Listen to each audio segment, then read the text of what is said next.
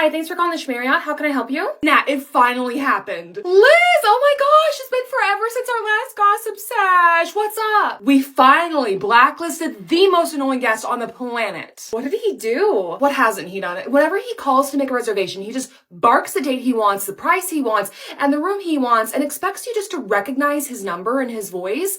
And even if the room isn't available, he expects you just to move mountains to make it available for him. That's just... Oh, and then every time he comes to check in, it's a huge problem with this guy because when we ask to see his ID, he makes a big fuss saying, well, you should know who I am by now. And even though I tell him, yes, we know who you are, it's part of our hotel policy to check your ID, he still fights us on it. Oh, and then he also always parks in our check-in carport, and I have told him a dozen times that he is not supposed to park there and that we have parking elsewhere.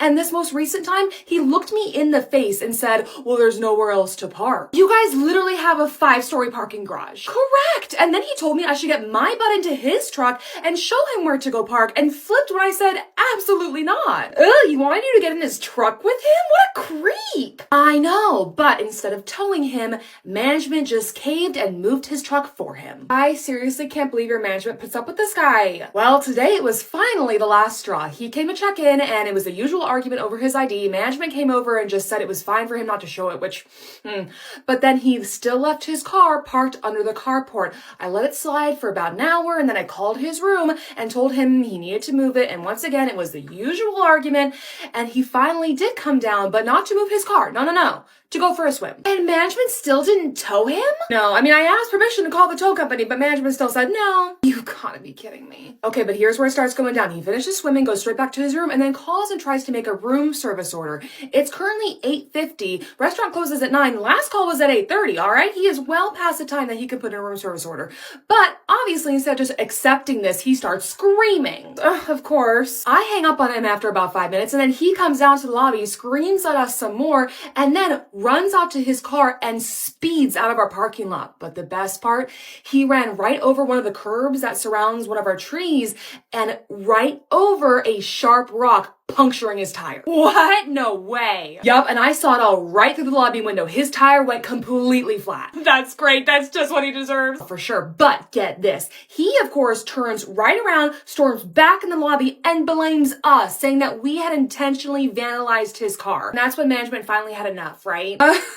No way. Management pulled right up next to him, changed out his tire with the spare, and comped him a night. That is just absolute bullshit. But he kept demanding more compensation, said it was going to cost $600 to replace the tire, and that they should comp him 4 more nights, and yada, yada, yada. And that is finally when management said enough is enough. About time! Of course, he only got angrier when he was told that he wasn't getting any more compensation, and in fact, wasn't going to be welcome back to our hotel ever again, and it escalated to the point where the police had to be called and he tried to physically fight them. He tried to fight the police? Yup, so the police detained him, drove him away, and I hope I never have to lay eyes on him ever again. Man, I just wish your management had grown a backbone sooner and avoided this whole mess. Oh, you and me both, girl. Evening, Nat. Night shift's here. Hey, Jazz. So how was the day? Anything to pass on? Today was pretty chill, actually. And you only have one more arrival, and they already called ahead and told us they'll be here around 3 a.m. Oh, yes. Love when late arrivals communicate. Yeah, totally. But there really isn't anything else to pass on, so I'll be heading out. Good night. All right, Nat. Have a good night. All right, almost 3 a.m. That last late arrival should be here soon, but I can't really do much until I can run the audit, so I guess I'll start reading. Hi, I have a reservation. Oh, hi, just in time. Miss Smith, right? No, last name's Jones. Here's my ID and card. Oh, my apologies. I didn't see a new reservation pop up, and still nothing there. When did you make your reservation? About 10 minutes ago. Oh, okay, so it's probably just not showing up in the system yet. Why not? Well, who did you book the reservation through? I don't know, but I have a confirmation, see? Sure, let me see. Okay, yeah, so it is a third-party reservation. I'll keep refreshing. Sometimes it just takes a bit longer for a third-party reservation to show up in our system. What? Why? Well, it's kind of convoluted. Reservations made directly with the hotel will usually appear right away, but reservations made through a third party need to be imported and routed, and it's all just a lot that has to happen in the background, so it can take some time. Well, my husband and kids are waiting in the car, and it's almost 3 a.m. We want to get to sleep now. I understand. I'll just keep refreshing. Just please be patient. 1 more minute. Refreshing. Okay, great. There it is. Finally. All right, let me just swipe the card. Okay, perfect. Reservation's all checked in, and there are your keys, and the room number's just there for you. Thank you. Good night. Have a great night. Hey, Jess, morning shift's here. You're welcome. Hey, Nat. What's up with you? Oh, wait, you were training the new girl on overnight, right? Sure was. Uh-huh, and I'm, guessing it didn't go well, did it? Nat, I'm not gonna lie. I thought you were exaggerating when you said she was impossible to train on day shift. Excuse you, I do not exaggerate. Yeah, no, I fully believe you. Now, well, what happened? And where is she? The manager is having a chat with her right now. Oh, really? What'd she do? Okay, well... Okay, and then after that, you just want to make sure that the count is zeroed out before you print the report. So are you feeling good about this one, Allison? Yeah, well, I think I'm still maybe a little confused. Okay, about what? I just don't really understand why we're doing all of this. I mean, I thought that night shift was just hanging out at the desk and answering phones and checking in late guests and stuff. Okay, well, yeah, if you were just on night shift, then you would mainly be watching the desk, but you asked if you could get cross-trained for night audit. Well, I know that night audit is a really big part of hotel operation, and I want to run my own hotel someday, so I gotta know it. Right, so that's why we've got to do all of this. Right, okay, that makes sense. It's just, man, this checklist is huge. So, okay, remind me what to do with banquet sheets again. Okay, we'll go over this again. Hey Sarah, I just clocked in. How's it going? Oh, hey Nat. It's going. Oh no, what happened? We're having an ongoing issue with the guest. Apparently last night he got in really late, took up 4 parking spots with 1 company pickup and trailer, and was so drunk he could barely sign the registration card. Hey, hold on, there's so much to unpack with that.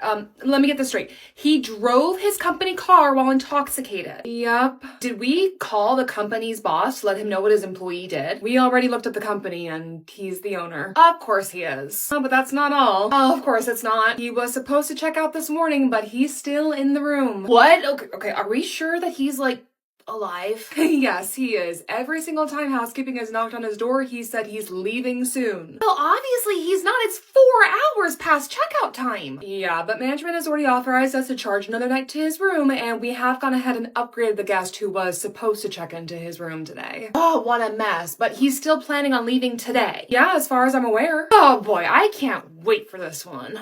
We had to ban 3 guests the other day, but none of them have tried to come back as far as I'm aware. You guys banned 3 guests, like, all on the same day? Yup. Oh my gosh, did your management finally grow a backbone? Well, kinda not really. That day we had a manager from a sister hotel covering for us because our managers were out for training. Well, hopefully that training will get them to act more like the stand-in. What happened? Alright, well, first ban of the day happened because maintenance had to move a guest, also a local, due to a leak in their room. Now, this guest had told us they only had 1 little service dog with them. Let me guess, it wasn't a service dog? Not even close. She had 3 dogs, all massive and not house trained. So the room, like your guest, was a complete disaster. So she was told that she either had to pay the pet fee or get out right then, and she chose to leave. Please tell me you guys at least kept the deposit. Ugh, we didn't take one. Locals only policy, and trust me, we all want to get rid of it. Well, after what happened with that lady, it's gotta go. Yeah, oh, but guess what? Instead of leaving, management caught her sneaking off into a different guest's room. What? Yup, and that guy was already on thin ice for suspiciously high traffic in and out of his room, but her going in there gave management a reason to investigate, and they found that he'd been smoking all sorts of substances in the room, so he was told that he also had to leave. Jeez. But then we catch both that guy and dog lady sneaking off into yet another room. What? Yup, the manager did some investigating, realized that all 3 of them had checked in together, and bam, kick number 3. Oh my gosh, that's crazy. It took forever to get them out of the room. There was so much arguing and screaming, but we finally threatened to call the police, and that is finally what got them out. And Nat, the state of those rooms. Do I even want to know? Probably not, but I'm going to tell you anyway. You know that the first room with the dogs was a complete poop disaster. The second room that the guy had been in had so many substances smoked in it that we had to put it out of order and put in an ozone machine. And then the friend's room that they had all fled to was missing linens, towels, sheets, like just about everything had been taken out of the room. That's insane. Yeah, and what's even worse is we only got a deposit from one of them, and obviously all all of their cards declined when we tried to charge them for the pet and smoking and stolen item fees. Jeez, well, I hope they stay far, far away. Yeah, me too. Hi, thank you for calling the Tilton. This is Liz. How may I help you? Do you ever have someone who just won't take a hint? All the time. What happened? All right, let me tell you about this guest. Let's call her Catherine Smellbutt. Oh, wow, that's a name. Yeah, I'm feeling kind of petty. So, Miss Smellbutt is a local to the area. Oh, and we're already off to a rocky start. Yeah, I wish I knew why so many bad stories start with the fact that the guest is local. But anyway, she managed to check in for a 3-day reservation with one of those weird prepay gift cards, which we're not supposed to be able to take even for incidentals, but oh, let me guess. The new girl? Yeah, the new girl, but whatever. Miss Smellbutt managed to check in, and guess what she forgot to mention? What? She forgot to mention that she was bringing in her 2 dogs. Her 2 untrained huskies. And look, I love huskies, but these dogs were very untrained, like not even housebroken. Oh no. Yeah, say goodbye to that room's carpet. And I mentioned they were huskies, right? And you know what huskies love to do?